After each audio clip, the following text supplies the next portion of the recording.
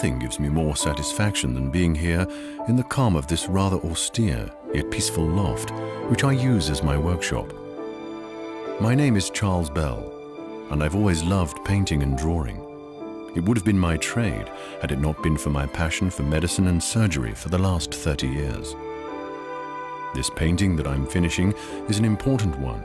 It reminds me of the most intense experience of my life 14 years ago on what had become a bloody field in Brabant, just a few miles from Brussels in Belgium.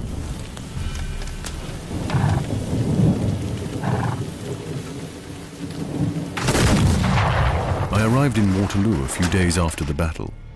People explained to me how terrible it had been.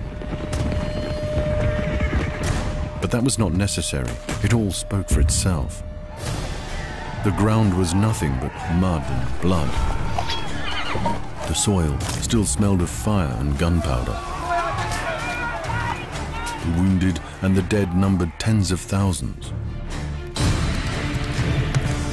Bonaparte's mad endeavor had ended in crushing defeat, but whether they were French or Allies, few were spared. For days and nights, with almost no sleep, we the surgeons ceaselessly treated the wounded and dying. To this day, I still have the sketches I made of the horrifying wounds that were inflicted. This painting is inspired from the last drawing I made at Waterloo.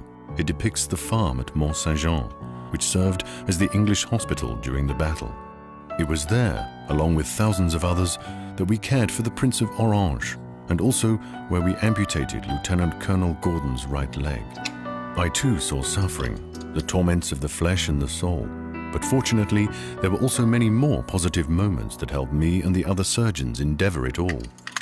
One of the wounded officers first told me about this local craft beer, a beer brewed regionally since the mid-15th century with talent and passion. During the battle, English soldiers savored nothing else but this divine brew. The officer even maintained it was the main source of their bravery and the reason for their victory. Perhaps he was right after all. I shall never forget Waterloo. It brings back a multitude of memories. But the best of them is this unique beer, full-bodied, strong, and slightly fruity. This delicious Waterloo ale, which today I enjoy as much as putting paint on canvas. The Waterloo beer, in fact, dates back to Braine-l'Alleud in 1456. It goes back quite a few centuries. With Adrien Desclés, we have developed a unique brew that is very, very close to what the soldiers were indeed drinking 200 years ago, just before going out on the battlefield.